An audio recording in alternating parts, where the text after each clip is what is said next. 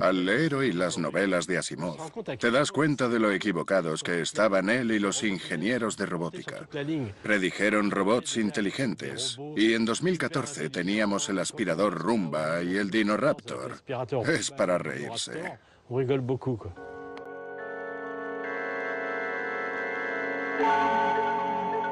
Soldiers, sailors, and airmen of the Allied Expeditionary Force, you are about to embark upon the great crusade. Like Madison Avenue, life in the sun. When he was gone, I was practically a prisoner in my... Discouraged, disgruntled, techno, dead black.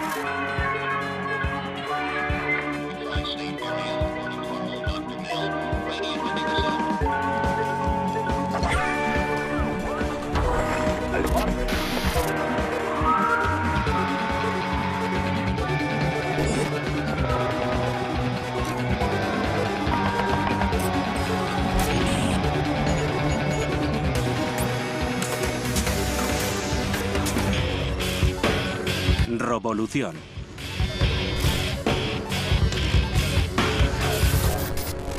Cuando hacemos reuniones científicas los fines de semana, unas 30 personas vienen a hacernos preguntas. Y la más repetida es, ¿el robot anda? Por alguna razón, parece ser algo importante. Tal vez porque nosotros caminamos erguidos, a diferencia de otros animales. La otra pregunta que se repite es, ¿puede hablar? Escuchamos esas preguntas constantemente. Y entonces nos damos cuenta de que aún nos queda mucho camino por delante.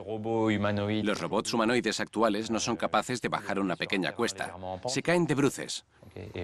Y es imposible que anden por el campo. La gente que trabaja en robótica será la primera en decirte que los robots de ciencia ficción son muy superiores a los reales en cuanto a lo que son capaces de hacer. Los robots de la Guerra de las Galaxias, C-3PO y R2-D2, son como caricaturas de El Gordo y el Flaco que jamás seríamos capaces de hacer. Me refiero, por ejemplo, a dominar 6 millones de idiomas. El cine ha lanzado el desafío. El problema de la relación entre la robótica y el cine es que el cine mete a la gente en la era de los robots, lo que provoca que se pregunten por qué todavía no hay ninguno. El listón está tan alto que, a menos que un robot pueda hablar, caminar y comportarse como un humano y ser un androide, la gente se decepciona.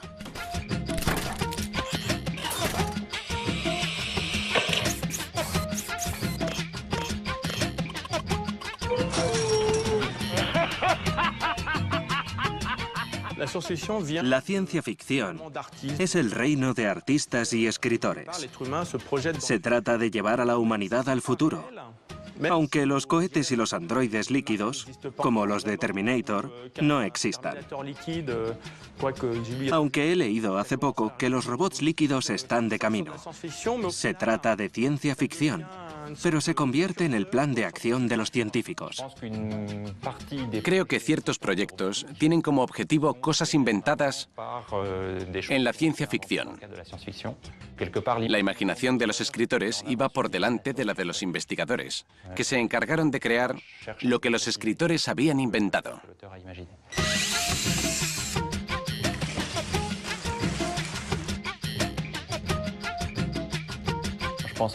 El primer contacto con los robots fue la literatura de ciencia ficción. Asimov fue mágico en ese sentido. Iron Man fue una de mis películas y mis cómics favoritos. Terminator. Blade Runner. La saga de la Guerra de las Galaxias estuvo representada por los robots, el humanoide y la inteligencia de R2-D2, que es muy útil, aunque no parezca una persona. Los personajes de la Guerra de las Galaxias tienen que ver con lo fantástico. La película no es de ninguna manera una imagen del futuro. Se basa en la fantasía, en héroes, en lo fantástico. Es un cuento de hadas. R2-D2 y C-3PO son parte de esa tradición. Los robots no son un objetivo en sí mismos. Son una manera de hablar del futuro de la humanidad, de la tecnología. El gran miedo del hombre es que el cielo caiga sobre nosotros y que el mundo se acabe. ¿Qué quedará si eso pasa? ¿Sobrevivirían los robots? ¿Estarían a nuestra altura? This is great, Doctor! The greatest invention! Los robots son fascinantes porque son objetos diseñados y pueden ser divertidos, adorables, feos, tal vez den miedo. Sea como sea, provocan una reacción. La fascinación es tremenda. Y hace mucho tiempo, gente como Descartes, en una época en la que los robots estaban muy lejos, ya especulaba con hacer robots que parecieran humanos. Es la idea de crear un ser viviente a nuestra imagen y semejanza. En términos bíblicos, se ve de dónde procede esta idea. Cosas como los coches que aparcan solos y artefactos tecnológicos mucho más sofisticados no provocan la misma fascinación. Cuando el público imagina un robot, ve un humanoide de metal o plástico. Goldorak para las generaciones más viejas y Terminator para las más jóvenes. De hecho, es más simple que eso. Hay 3 elementos: sensores que captan el entorno, procesadores que analizan y toman decisiones y los impulsores que interactúan con el mundo real. Este trío de sensores, procesadores e impulsores definen el desarrollo que convierte máquinas en robots. De hecho, la condición clave que hace que un sistema sea un robot es que su comportamiento difiere de lo que percibe. Necesita sensores, la habilidad para interactuar con el entorno y un sistema de toma de decisiones que una esos 2 elementos. Sin sensores tendremos un autómata que reproduce el mismo comportamiento, ajeno a los cambios en el entorno. Por ejemplo, algunos insectos son autómatas. Las avispas están programadas para enterrar sus larvas. Y si tú las sacas, ellas repiten la operación. No se dan cuenta de que tienen que parar. Y eso las convierte en autómatas. Lo singular de los robots, al igual que los ordenadores y otros dispositivos, es que pueden hacer cosas mucho mejor que nosotros. Nuestros cuerpos no toleran altas temperaturas, no son muy precisos. Los robots pueden enviarse a lugares de desastres nucleares y no supone un sacrificio porque son máquinas. El hombre crea máquinas para compensar sus limitaciones físicas, nada nuevo. Si quieres cortar el césped, no te planteas quemarlo, inventamos el cortacésped. Ahora tenemos robots que hacen cantidad de cosas por nosotros. El propósito de los robots es ayudar a sacar lo mejor del hombre, ayudarle a crecer, a ser él mismo. Hay cosas que ya tenemos dominadas y otras llegarán en el futuro, pero lo principal es que cuando un robot interactúa con alguien, el protagonista es la persona, no el robot. Para mí eso es lo que importa.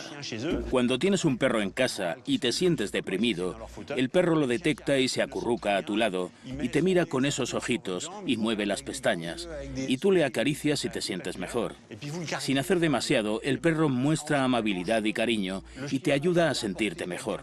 Nuestros robots hacen algo parecido. Existen. Están presentes en nuestras vidas. Viven artificialmente, pero están vivos. Deseosos de satisfacer nuestras necesidades, incluyendo nuestras necesidades emocionales y psicológicas. Reconocen cuando estamos bien y pueden incluso entretener a tus hijos o a tus nietos cuando no te encuentras bien. O pueden incluso mostrar los vídeos de tus cumpleaños. Están ahí para hacernos sentir mejor. Tener un robot en casa mejora nuestra vida. La palabra robot fue inventada en la década de 1920 por un escritor checo llamado Čapek, quien tenía esa idea de un hombre sin cerebro. Eso creó en nuestra imaginación la idea de que el robot era una persona con cara humana, pero sin cerebro. Una especie de máquina humana. Por eso la gente pensó que era el momento de tener robots.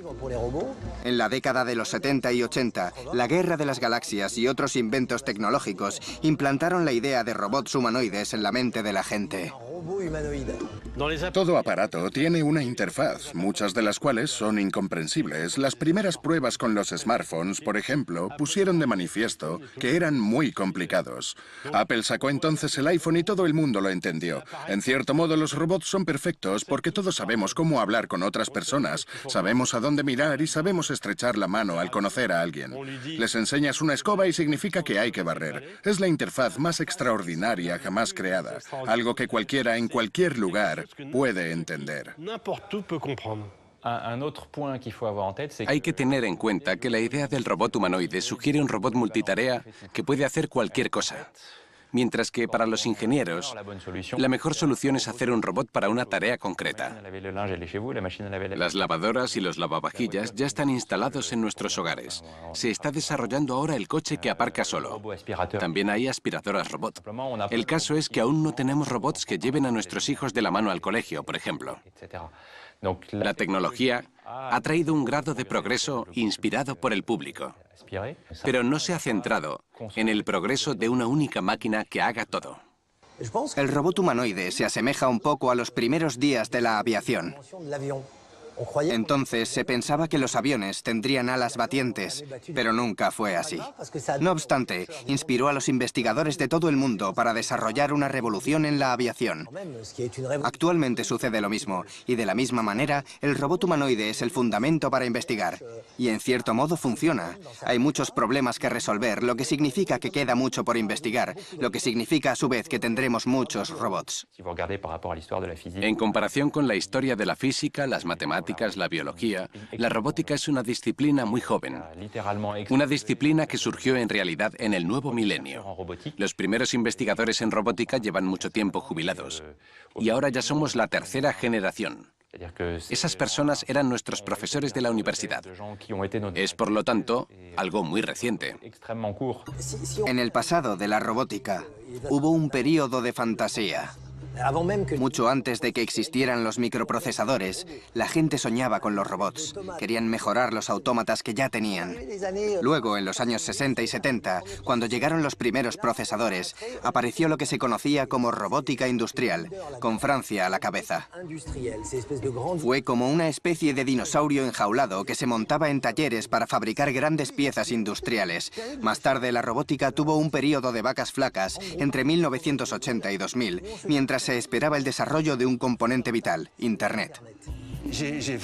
Recuerdo perfectamente que en algún momento de 1980 pensé que algún día trabajaría en la creación de robots, pero que no era el momento porque la tecnología no estaba preparada para ello. El mundo no estaba preparado para ello.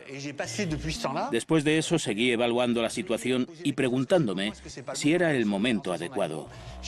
Entonces, cuando Sony lanzó Aibo, me desilusioné pensando que me habían ganado, pero me dije que en realidad no era el momento adecuado. Por aquel entonces no lo sabía, pero lo que faltaba era Internet y todo lo que permitiría que los robots evolucionaran. Faltaban las comunicaciones y el diálogo que está disponible desde hace poco gracias a la telefonía móvil. Las cosas no estaban listas y Aibo fue muy frustrante y no caló. Afortunadamente, Aldebaran no se lanzó en aquella época. Esperamos el momento adecuado. Aldebaran se creó en 2005, antes de que la tecnología estuviera lista, pero estaba lo suficientemente cerca como para saber que llegaría pronto. Creo que llegamos en el momento oportuno porque ahora somos el líder mundial en este tipo de robots. Los ingenieros en robótica trabajan ahora en la suposición de que dentro de 20 años la vida será muy diferente porque tendremos robots entre nosotros. En comparación, digamos, con hace 100 años, cuando apenas había coches o aviones y no disponíamos de sistemas de comunicación complejos. Vemos que el impacto de la robótica en nuestra civilización es muy reciente, dentro de un periodo de tiempo de una única generación. Lo que sucede ahora con la robótica es lo mismo que sucedió en los 60 con los ordenadores. El propio Bill Gates ha dicho que es exactamente la misma situación que con la ciencia informática cuando creó Microsoft. Muchas empresas están empezando con la intención de ser la robótica Microsoft del mañana. Es el momento de invertir dinero. Es perfecto, porque significa que los gobiernos están preparados para invertir mucho dinero en robótica en un intento por ir un paso por delante. Muchos actores de este sector, que empezaron con la electrónica de consumo o los aspiradores iRobot, se han pasado a la robótica. Y los grandes grupos como Amazon, Google, Facebook se han involucrado. La presencia de rivales tan potentes tiende a desalentar a la gente, pero creo que en realidad es algo muy positivo. En primer lugar, estos robots son completamente diferentes. En los robots hay un lado cultural y los estadounidenses son gente muy práctica, muy realista en cuanto al uso, el mercado y lo que se necesita. Quiero un robot que satisfaga una necesidad operativa y utilitaria. Mientras que prevalezca esa mentalidad, seguiremos haciendo robots aspiradoras y otras máquinas y habrá un gran mercado que tendrá mucho que ofrecer. Pero si hacemos robots humanoides cuya principal función sea la interacción y la comunicación, no será un mercado que lidere Estados Unidos.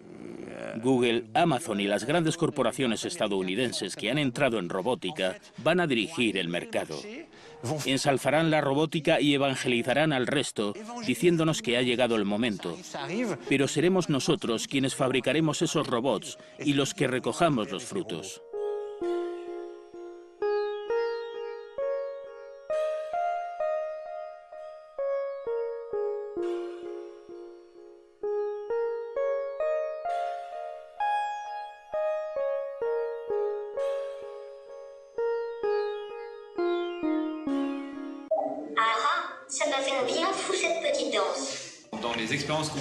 En los experimentos con personas que no están familiarizadas con robots, si les ofreces enseñarles uno, te dicen que no están interesados. Les asusta y dicen que no sabrían cómo usarlo. Y les dices, ¿seguro? Mire lo que tenemos. Entonces les enseñas a Now y la reacción es positiva. ¡Qué chulo! ¿Qué sabe hacer? ¿Cómo puedo utilizarlo? ¿Habla? Nuestro fundador, Bruno Meissonier, prestó siempre mucha atención al aspecto, haciendo robots con buena imagen, con formas redondeadas para esconder la tecnología que integran, y que se olvide de que es un objeto tecnológico para que sea visto como un compañero. Decidimos ponerle ojos grandes y grandes orejas para mostrar que se centra en la interacción.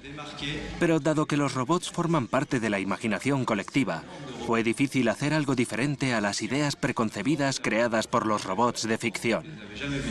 Así que las formas de Now o de Pepper son posiblemente nuevas para la gente. Y hemos optado por una forma infantil en el caso de Pepper, incluyendo la voz, que es muy importante. Empleamos mucho tiempo en buscar la voz adecuada. Ni demasiado robótica ni demasiado humana, para evitar malentendidos. El aspecto era vital para romper el hielo y dar el primer paso hacia la aceptación. Je m'appelle Nao. Je suis bien content de te rencontrer. Ça me fait vraiment plaisir que tu sois là. No es un humano que te habla, es una máquina. Ya conocen lo del valle inquietante, así que queremos estar en el lado correcto del valle inquietante. No queremos caer dentro, no queremos quedarnos cortos. Queremos un robot que la gente identifique inmediatamente como un robot. Por supuesto, la gente se puede encariñar con sus robots, pero con ellos tenemos una especie de pacto en el que decimos: eres una máquina, me gustas, pero eres una máquina, no una persona. Pepper? ¿Pepper? Salut, je m'appelle Pepper. Je suis bien content de te rencontrer. J'ai envie de danser sur de la musique classique. Pepper, Pepper, mírame. ¿Cómo estás? Trop cool. Je savais que tu allais dire oui. No. Pobrecito. Lo que nosotros conocemos como el Valle Inquietante es una manera de diferenciar a un robot con un parecido humano agradable, como Nao, por ejemplo, y a un robot tipo zombie hecho de látex y con efectos robóticos especiales para darle un aspecto humano. Bueno, más o menos. La reacción va desde sentimientos de simpatía y atracción a hostilidad. Si el precepto básico es que el 100% de parecido humano equivale al 100% de empatía, hay que superar entonces lo que denominamos valle inquietante. Es un problema real porque supone el límite de un robot humanoide.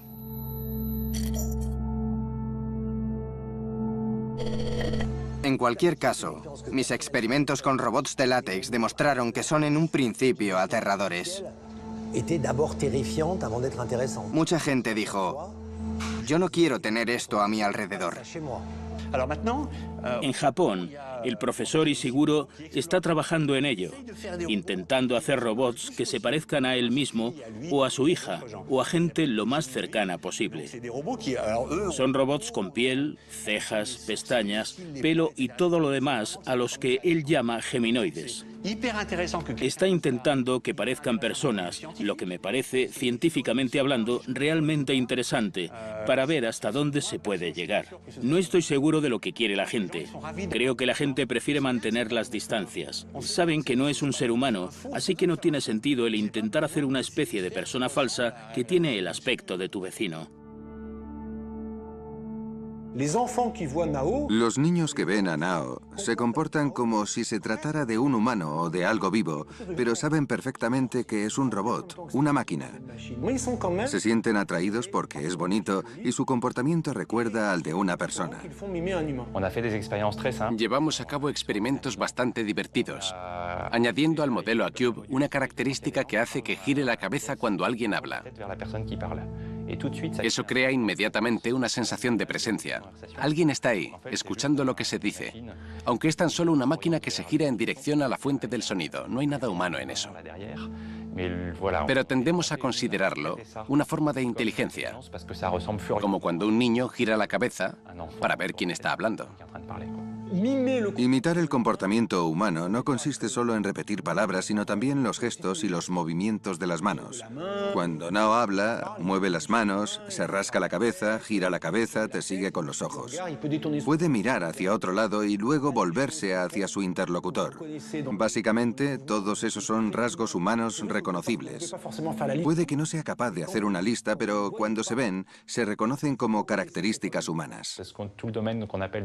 En el campo de lo que llamamos interacción hombre-máquina u hombre-robot, intentamos infundir al robot un comportamiento para que la interacción sea lo más natural posible.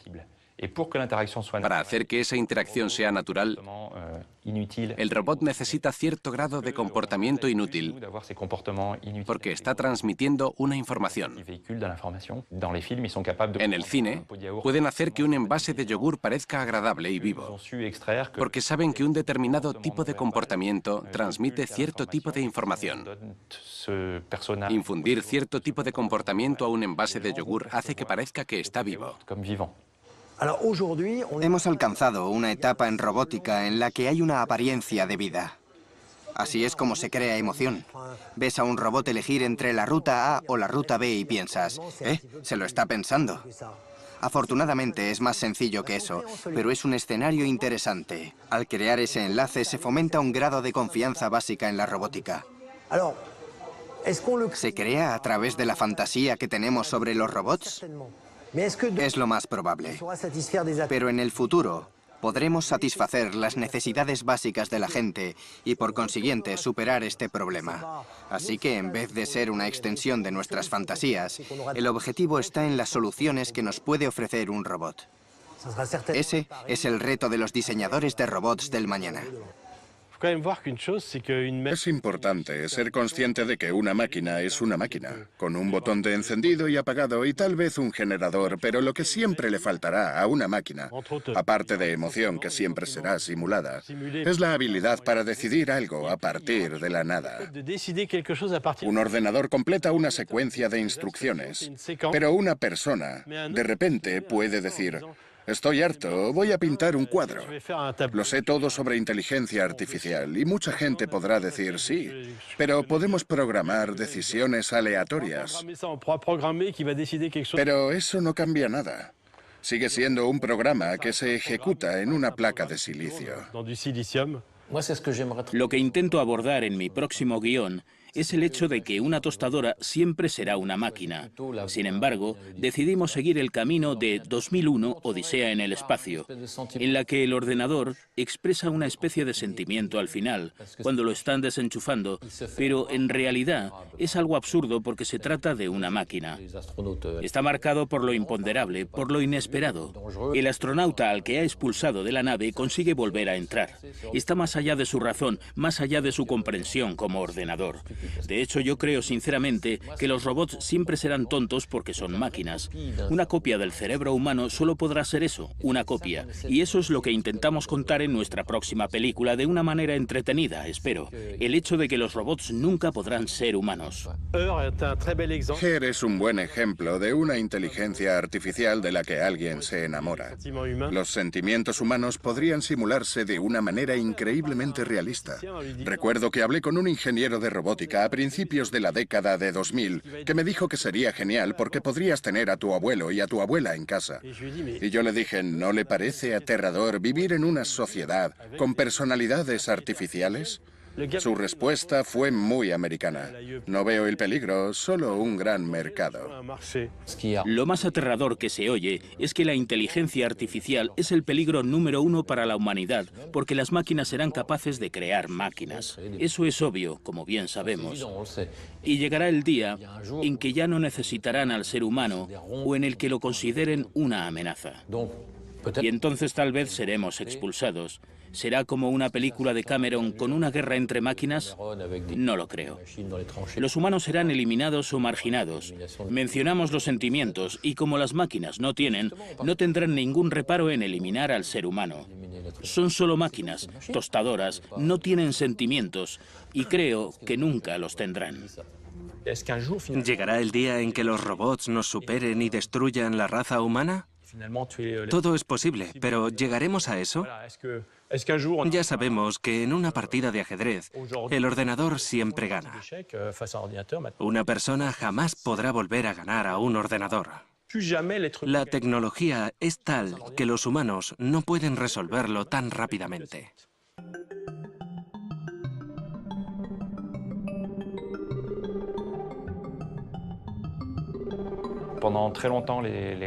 Durante mucho tiempo, la investigación en inteligencia artificial se centraba en el software de ajedrez, palabras y cosas así. Cosas incorpóreas a través de las cuales las funciones cognitivas superiores humanas están limitadas. Más tarde, en los 80, se desarrolló un enfoque radicalmente diferente. Si queríamos construir un sistema inteligente, primero teníamos que construir un insecto inteligente, luego una rata inteligente, y avanzar gradualmente hacia el ser humano, empezando con habilidades sensoriales y motoras y con la capacidad de moverse por el entorno. En 1950, Turing escribió un artículo emblemático sobre inteligencia artificial. En él describía el famoso test de Turing, que afirma que un ordenador sería considerado inteligente si un humano que interactuara con él a través de una pantalla o de un teclado fuera incapaz de distinguir si se trataba de un ordenador o de una persona real. Entonces y solo entonces será considerado inteligente. Curiosamente, nosotros los científicos que estamos interesados en la robótica mental, recurrimos al artículo de Turing y descubrimos que donde él define su test, añade que para crear un sistema informático con semejante capacidad,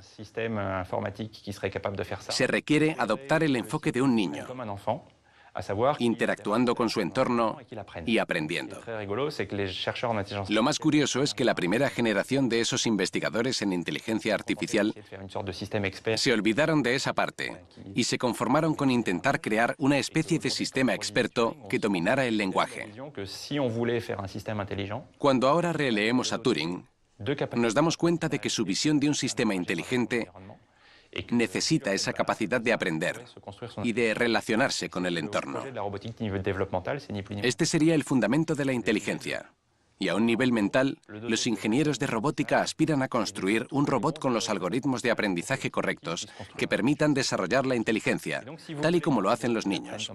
Y si quieres un robot que aprenda como un niño, tendrás que aceptar que a veces hará las cosas mal. Una característica inherente en los algoritmos de aprendizaje es la necesidad de explorar. En Blade Runner, un hombre entrevista a otra persona, que es en realidad un androide, y le hace muchas preguntas. Cuando el androide es incapaz de responder, le mata. No habíamos considerado el hecho de que si un robot tiene la capacidad de interactuar con el mundo, la naturaleza de las pruebas cambia completamente.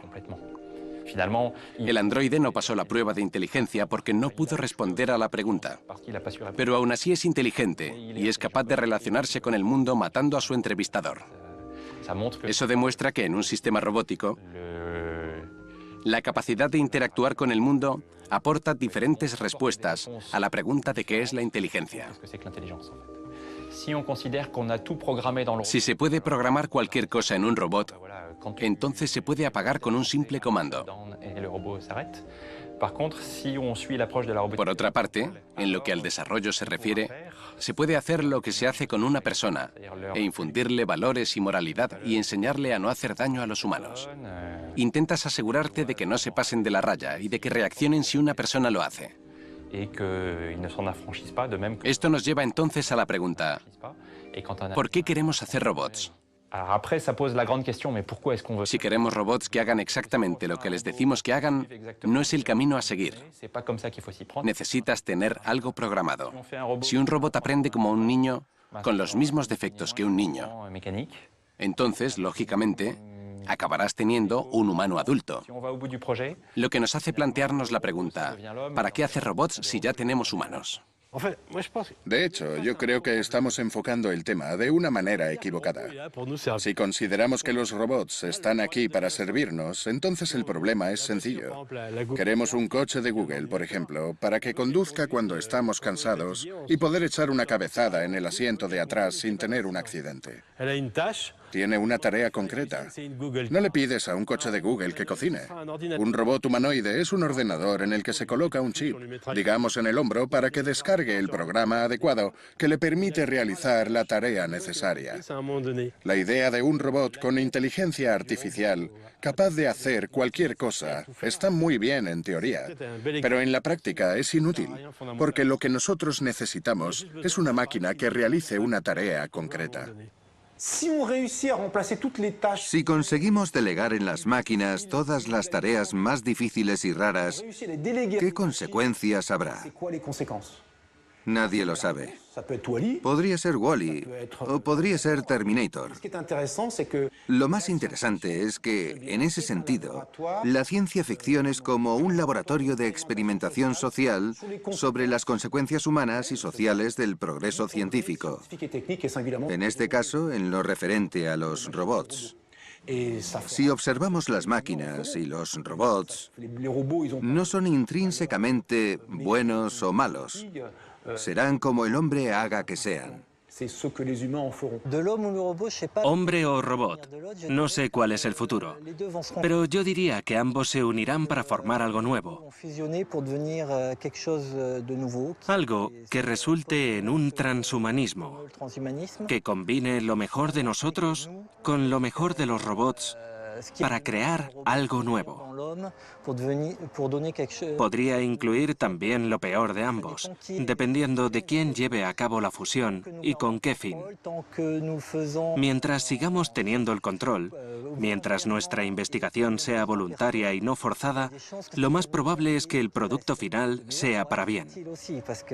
También puede ser que resulte ser un trabajo inútil y que aquello que admiramos no nos aporte nada útil y que sea tan solo un efecto puramente estético. Por otra parte, si las decisiones están en manos de gente con malas intenciones, siempre correremos el riesgo de que las cosas se descontrolen. Otro punto de vista se centra en abordar lo artificial para atender hacia lo humano. Usar el elemento humano como punto de partida y luego crear una versión artificial cambiándola y transformándola. Al principio se tratará de una reparación. Como siempre, así es como se venderá la idea, como un trabajo de reparación. Luego se transformará, se mejorará y más tarde tendremos el mito de Superman. Ya sabemos hacer ojos artificiales que no producen imágenes de la calidad del ojo humano, pero que pueden conectarse al cerebro, así que sabemos cómo hacer una interfaz de nervio óptico de silicio.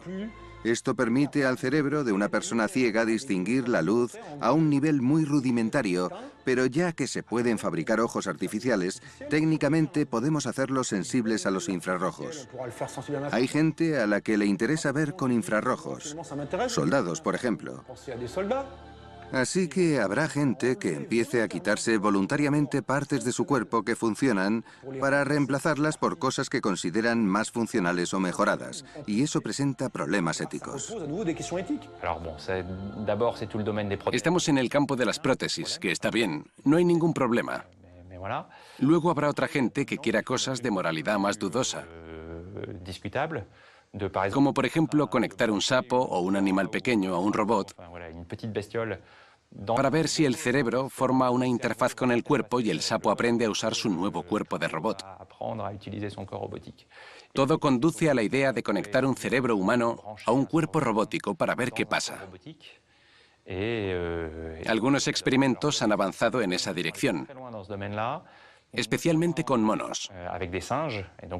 Y nos resulta más atractivo porque son los animales más cercanos a nosotros.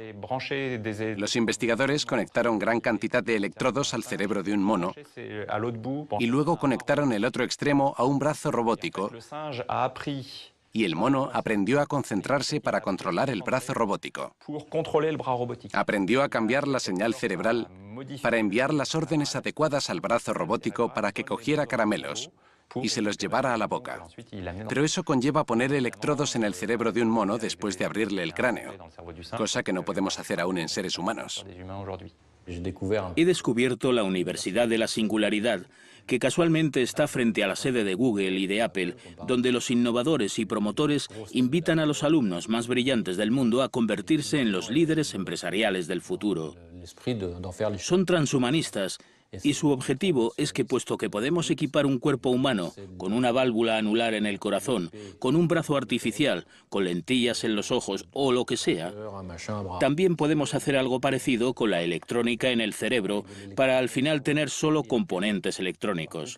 Como nuestro cuerpo es perecedero y los sentimientos y emociones solo nos retrasan, ¿por qué no deshacernos de todo y convertirnos en máquinas? Básicamente esa es la idea, y los estudiantes están ansiosos por oír al gurú de turno diciéndoles todo esto. Es casi una secta. ¿Son solo un atajo de locos o son peligrosos? Tienen el apoyo de los grandes poderes, así que da un poco de miedo. Es fácil imaginar a los transhumanistas prediciendo que tendremos habilidades que ahora no tenemos, con diferentes sentimientos y distintas maneras de entender la realidad, que serán tal vez más sofisticadas y más agradables. Cualquiera que sea la manera de enfocarlo, sigue surgiendo una pregunta básica. ¿Qué es un ser humano? ¿En qué momento, si vamos quitándole piezas, deja de ser un ser humano? Un famoso manga titulado Ghost in the Shell se hace esta pregunta de una manera tremendamente apropiada e inteligente. La protagonista, Motoko Kusanagi, no es más que un cerebro, aunque nunca queda claro, rodeado por una máquina, pero ¿es humana? ¿Sigue teniendo espíritu? ¿Sigue teniendo alma? Sus discípulos son un humano no transformado y un humano muy transformado llamado Batu. Es un tema peliagudo. Si se pone sobre una mesa un grano de arena y se van añadiendo granos uno tras otro, ¿en qué momento se convierte en un montón de arena? El asunto es complicado. Y de la misma manera, el indicador aquí no está claro. En realidad, alguien decide cuándo se convierte en un montón de arena. De la misma forma, un grupo de humanos decide sobre las normas en lo referente a la ética y a la moral en una civilización determinada en un momento determinado. Deciden si podemos o no hacer algo. Y los límites van cambiando. Por eso la ciencia ficción es interesante, porque plantea preguntas y ofrece respuestas que dependen del trabajo del escritor o del director de cine. Y esa respuesta se convierte en realidad entre los humanos, y ha sido decidida principalmente por humanos. Aceptamos la idea de que para ser proactivos debemos pensar primero e intentar entender los acontecimientos. La mayoría de los transhumanistas busca entender y controlar el desarrollo en vez de rechazarlo para no verse controlados por él. El controlar los acontecimientos significa que esos acontecimientos no te van a controlar a ti.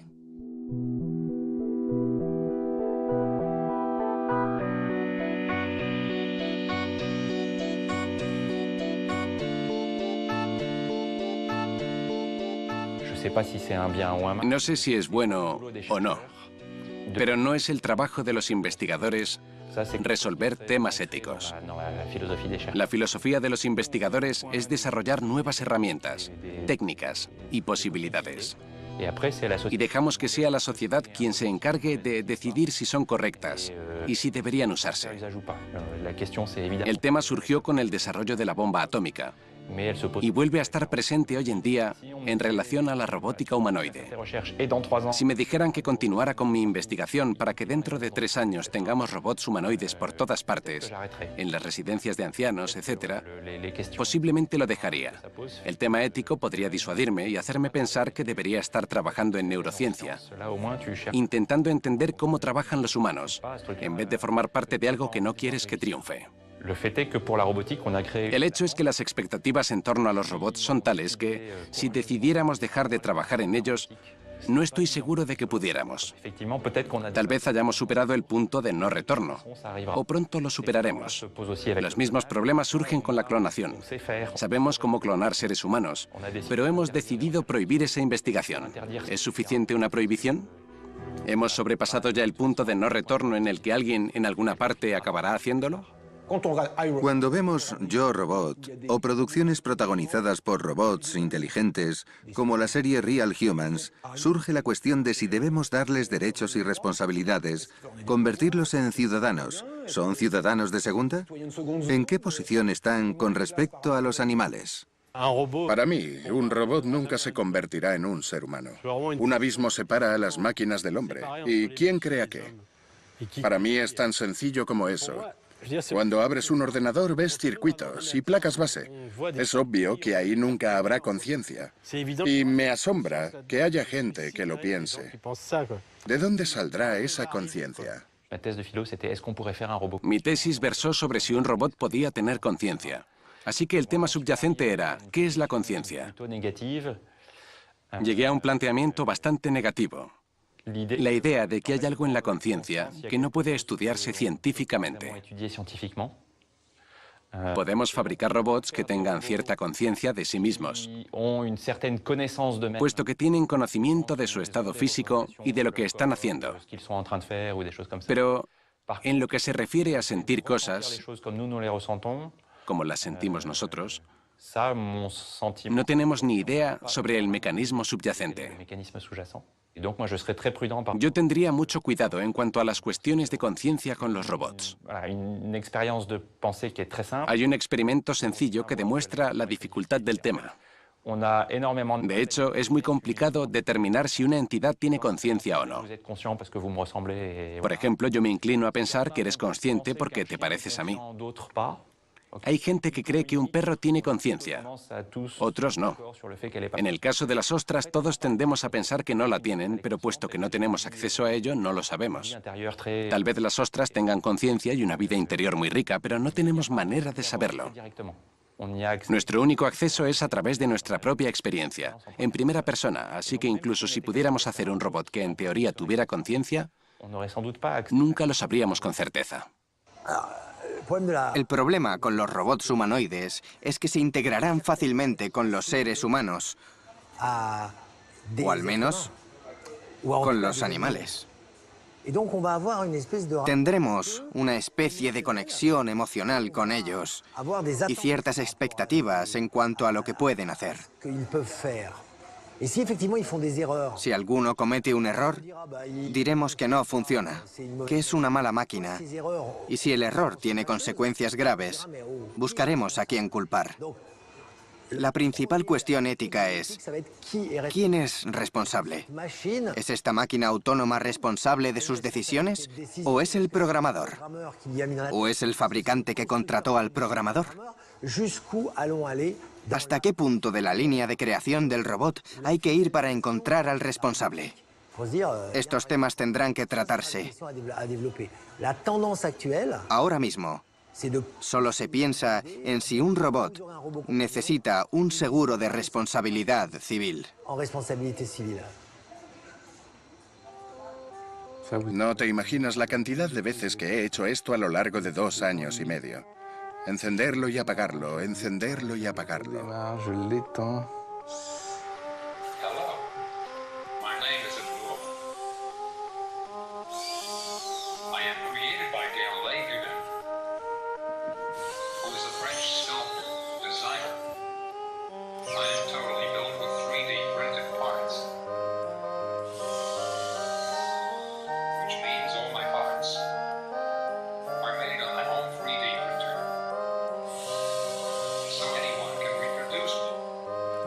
¿De dónde eres?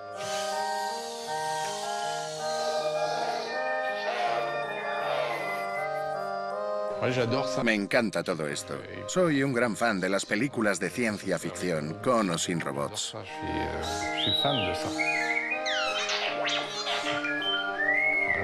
Vale, enseguida.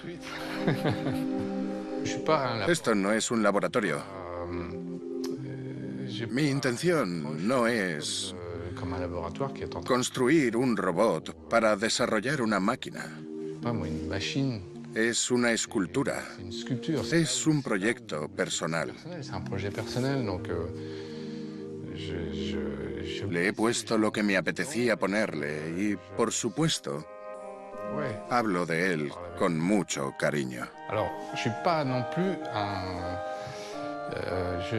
Yo no solo construyo robots. Este surgió después de comprar una impresora 3D que me permitió modelar objetos para mi trabajo. Uno de mis primeros encargos fue hacer una prótesis de mano. El encargo al final no prosperó, pero puesto que mi impresora 3D funcionaba tan bien, decidí seguir adelante y hacerla por mi cuenta. Modelé la mano y luego la puse en Internet para que estuviera disponible para todo el mundo. Luego seguí con el antebrazo, el bíceps, el torso, la cabeza, y acabó siendo un robot. Fue el punto de partida de este robot, porque la impresora 3D funcionaba con software de código abierto. Utilizo Linux, que es también de código abierto, así que el robot es de código abierto. He creado una herramienta con la que se pueden hacer cosas. Constantemente van surgiendo robots nuevos y no dejo de sorprenderme. Lo interesante es que tienen distintos colores. La gente lo intenta con todo, naranja con amarillo, azul con negro, lo que le da al robot una cara diferente. No conozco los nombres, pero sé que hay varias universidades que trabajan en el proyecto. Hay padres de familia, están los makers y LabFab que los fabrican. Yo diría que unos 120 o 150 están en la misma fase que yo. Después de las manos hay mucho más. Solo la mano motorizada se ha descargado más de 50.000 veces. Se envía un mensaje que dice que es el primer robot fabricado con una impresora 3D, que nunca se ha hecho antes. Estoy aportando algo. El primer robot impreso en 3D. Lo cual envía un mensaje a las generaciones futuras que dirán, bueno, este tipo nos ha dado el primer robot. Tal vez nosotros podamos darle algo también. Tal vez debamos compartir en vez de intentar siempre vender y comercializar todo. Es una gran idea. La huella dactilar es una huella que representa un circuito impreso. En el centro está el logo de código abierto. Y esa es la huella, una huella digital numérica o una huella dactilar humana, algo a medias entre las dos cosas. De hecho, es mi huella. He escaneado mi huella dactilar y sobre ella he trazado los circuitos impresos. Me llevó mucho tiempo crearlo. Es para que todo el mundo recuerde que el punto de partida fue humano. ¿Ves? Soy como Geppetto con Pinocho. No hay manera de saber si lo va a utilizar gente buena o gente mala. Nunca se sabe. Esto me genera muchas dudas. Y muchas veces me pregunto si debería continuar o si estoy cometiendo un grave error. Y al mismo tiempo, me digo que estoy intentando transmitir un mensaje que tiene buenas intenciones. Es muy raro. Ha cambiado mi vida muchísimo en estos 2 años y medio. No sé por qué tenemos la necesidad de crear una entidad que se parezca a nosotros lo más posible. ¿Somos capaces de hacerlo? Tanto si soy yo u otra persona, lo vamos a seguir intentando. Sí, seguro.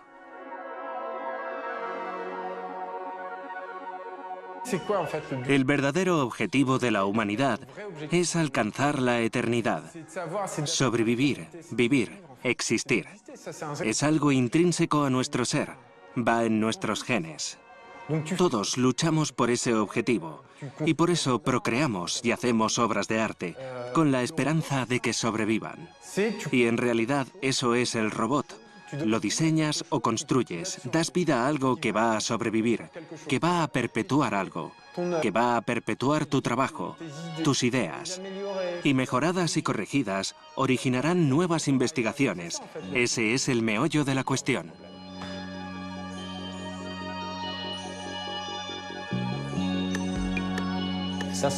Ser mortal es uno de mis mayores remordimientos.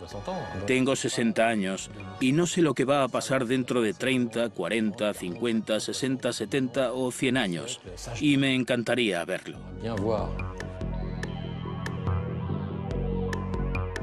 ¿Cuál es el objetivo del universo? La principal cuestión filosófica es ¿por qué hay algo ahí y no solo vacío? ¿Y ese algo tiene un significado o un propósito concreto?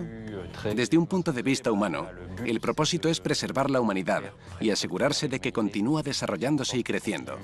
Pero desde un punto de vista más profundo, se sugiere que el propósito general del universo es el desarrollo de la vida. Y si la humanidad es dañina para la vida, entonces la humanidad debe ser erradicada. Asimismo, algunos sostienen que el objetivo es el desarrollo de la humanidad. Y si los mosquitos son dañinos para la humanidad, esa especie debe ser erradicada. Pero si eres un mosquito, no estarás de acuerdo.